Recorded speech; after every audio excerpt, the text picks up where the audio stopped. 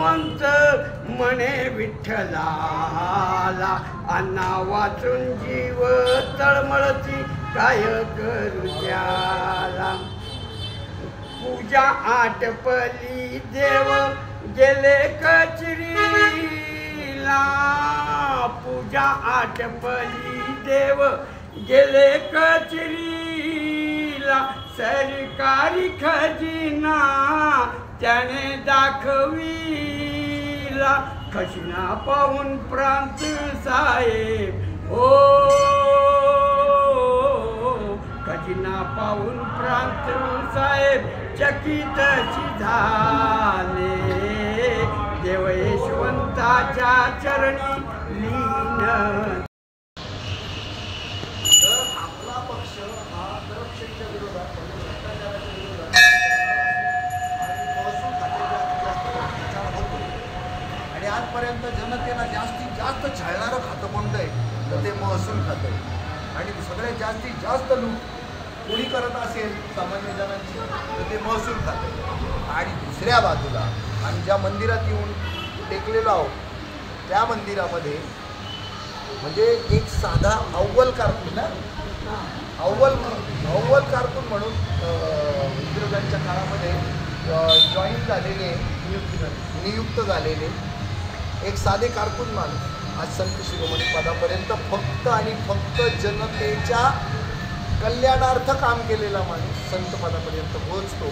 म्हणून मला खात्रीपूर्वक सांगायचं आहे की निर्भय महाराष्ट्र पार्टीमध्ये साधे सामान्य निर्भय सैनिक म्हणून जरी काम करत राहिले आणि चांगल्या पद्धतीनं पारदर्शक पद्धतीनं काम करायला लागले तर तुम्ही गेल्यानंतर तुम्हाला सुद्धा संत शिरोमणी पदापर्यंत जाता येईल. पण ही कारकीर्द पहिल्यांदा जाणून घ्यावी लागेल की त्यांना संत शिरोमणी पदापर्यंत समाजाने का नेलं. आणि आज इतकं सुंदर सुंदर म्हणजे दाखवा आता इतकं सुंदर मंदिर 2024 सालामध्ये आपण त्या मंदिरात बसलोय तर प्रसन्न वातावरण आहे. जगात कुठेही अधिकाऱ्यांचं मंदिर झालेलं तर अधिकाऱ्याचं मंदिर कधीच बनत नाही, नाही तर ते बनलेलं आहे. तर त्यांच्या संदर्भामध्ये या मंदिरामध्ये सेवारत असलेले काका, त्यांचं नाव आहे पाठक गुरुजी. हां, पाठक गुरुजी. तर त्यांच्या तोंडून आपण ही सगळी त्यांची जी काही आता ही आख्यायिका नाही आहे, हे वास्तव आहे. हे वास्तव आहे, ही आख्यायिका नाही. तर ती आपण पाठक गुरुजींच्याच मुखातनं ते वदवतील आणि आपण ती ऐकूया. शांतपणे सगळ्यांनी ऐका, बाकीचे कामं करू नका, रिंगटोन चालणार नाही याची काळजी घ्या आणि खरंच मनापासून ऐका. म्हणजे तुमच्यामध्ये ना प्रामाणिकपणा असा ठासून घुसला पाहिजे. ठीक आहे, ओके. 8 मे 1869 देव मामलेदार सटाण्यामध्ये मामलेदार या पदावर रुजू झाले. 8 मे 1869. आणि दुर्दैवाने म्हणा का काही म्हणा 1872ला या पूर्ण बागलाण तालुक्यामध्ये दुष्काळ पडला. दुष्काळाची तीव्रता वाढू लागली. गोर गरीब त्याच्याने परेशान झाला. जसजशी तीव्रता वाढायला लागली लोंढेचे लोंढे महाराजांकडे जायचे, निवेदनं द्यायची. महाराज ती निवेदनं स्वीकारायची, त्याच्यावर योग्य ती शेरा मारायची आणि नाशिकला प्रांतसाहेबाकडे पाठवायची. प्रांतसाहेब गोरे लोक होते, त्यांना कसली चिंता आपली, ते त्या निवेदनाकडे ढुंकुणी पाहत होते. आजची परिस्थिती होती त्यावेळेला.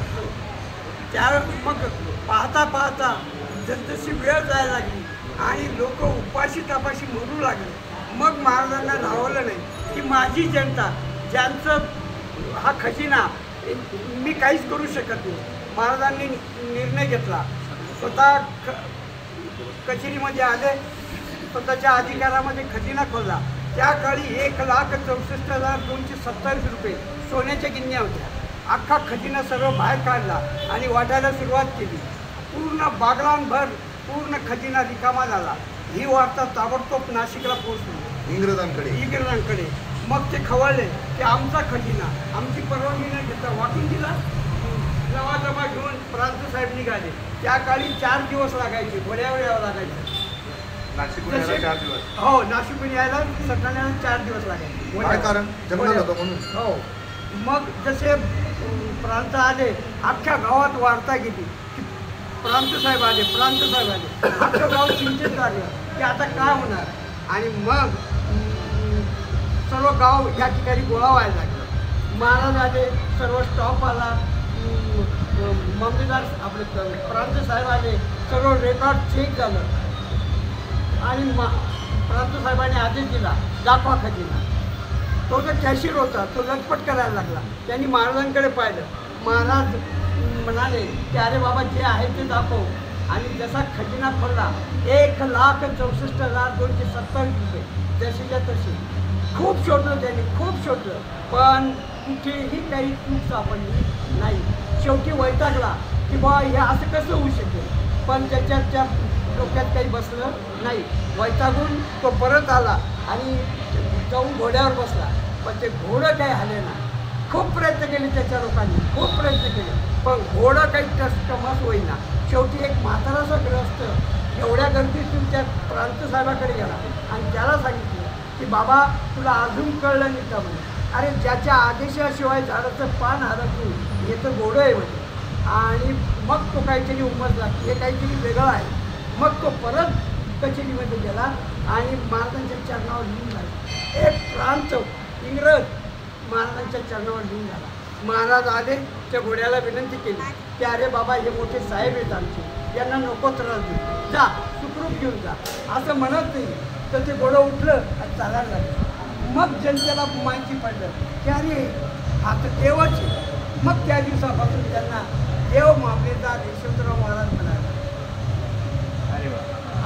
तर ते पगारात भागवत नाही आणि पगाराशिवाय अन्य माया कमवण्यामध्ये त्यांना वाढायचं आणि त्यांच्या विरोधातच काम करण्यासाठी आमची निर्भय महाराष्ट्र पार्टीचा जन्म. इथं प्रत्येक माणूस जो बसलेला आहे, तुम्हाला विनंती माझी, हो दादा इकडे या, इकडे या सगळे, सगळे इकडे या, या सगळे इकडं.